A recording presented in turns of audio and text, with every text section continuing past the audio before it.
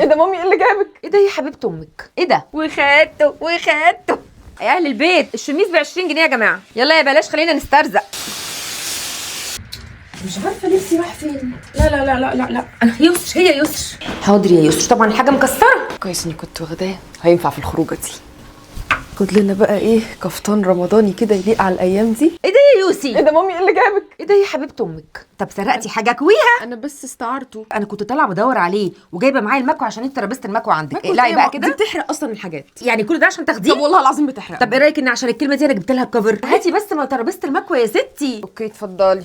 ده بتاعي انا اصلا. يعني بجد اصلا ترابيزه المكوى تقيله، المكوى العاديه بتحرق لو من غير كفر، ولو بكفر ما بتكويش خالص. عندك انا حل؟ استفدت ايه كده؟ انت عندك حل؟ عندي حل. انا كنت اتفضلي. بصراحه عامله لك مفاجاه عشان عيد الام، بس انت جبتي- حرقتي المفاجاه. ايه المفاجاه دي؟ جبتي ترابيزه مكوى جديده؟ ثانيه واحده، لما نشوف ايه الحل اللي يسر جايباه. خير يا رب. جبت لك الحل. ايه ده ايه ده ايه ده ايه ده؟ دي مكوى بخار صح؟ ايوه، مكوى بخار من رافال، ومنها فيها ترابيزه مكوى، ده عليها ضمان سنتين و1950 واط. يعني هتكوي لي الصيفي والشتوي والستان والحرير حصل. والصوف والستاير وكل هتشوف. حاجه. التانك بتاعها كبير جدا عشان ما تفضليش كل شويه تضطري تمليه، غير ان هي بتتطول وبتتاثر زي ما احنا عايزين. وبصي بقى يا مامي، كده ترابيزه مكوى وكده بقت ستاند. طبعا المكوى ليها مكان بتبات فيه، بتركبيها وتطلعيها بكل سهوله. تدوسي على زرار الاون دوسه عاديه، وبعدين تدوسي دوسه طويله على زرار الستيم. سلام على القوه دي، تكوي في ثانيه. الكارديجان ده بقى يا جماعه غلس قوي، كتان في ترتر في خيش، مش عايزه اقول لك غلس قد ايه في مكوته. حرفيا كويتهولي في ثواني وخليته سوبر، كاني انا وديته المكواجي. ايه ده يا يسرا؟ انت هتكوي الاستراس كمان؟ ما هو بخار عادي، مش هيجرى له حاجه. مكوة رافال دي تحفه. قال ايه؟ فاكراني خلاص مش هعرف اكويه بقى عشان الخيش والترتر؟ بس على مين بتكوي بقى تحفه. الله. ايدك هنا وبعدين تعملي كده عشان تدوسي كده لفوق، وبعدين تعملي كده.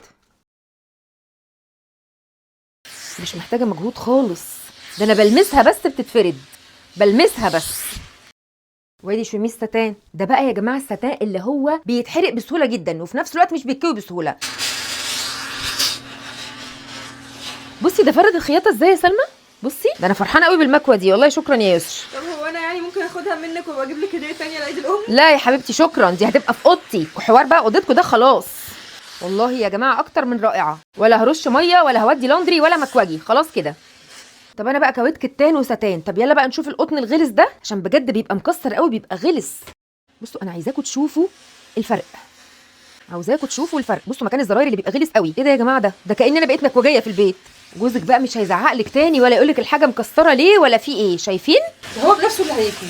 صح، انا شايفه كده برضو. رافال مكوه مصريه بتنافس الجوده العالميه، ده بجد مش كلام وخلاص. ده انا ما كنتش بحب اكوي يا جماعه، كنت بقعد اجيب ميه بقى وحوارات. يا اهل البيت، اي حد عايز يكوي بعد كده يجيب لي حاجته. ايه ده؟ ثانيه واحده، بصي يا سلمى، كل اللي احنا كويناه ده والميه ما بتقلش ولا ايه؟ ولا عشان هي 3.5 لتر؟ ده انا هكوي حاجه البيت كلها والميه زي ما هي 3.5 لتر يا جماعه. طبعا الميه اللي هتحطيها في التانك ده لازم وضروري جدا تكون من الفلتر، علشان ميه الحنفيه مليانه املاح مع الوقت والاستعمال الكتير وكده تعمل ترسبات، فيا ريت يكون الميه من الفلتر. ولايك وشير لو عجبتكم مكوه رافال. هسيب لكم كل التفاصيل في الكومنتات. ويلا يا حلوه انت وهي، هاتوا الحلوه دي لماما هديه. ما تحرموناش من كومنتاتكم الحلوه، ونشوفكم الفيديو الجاي حلوين. باي باي.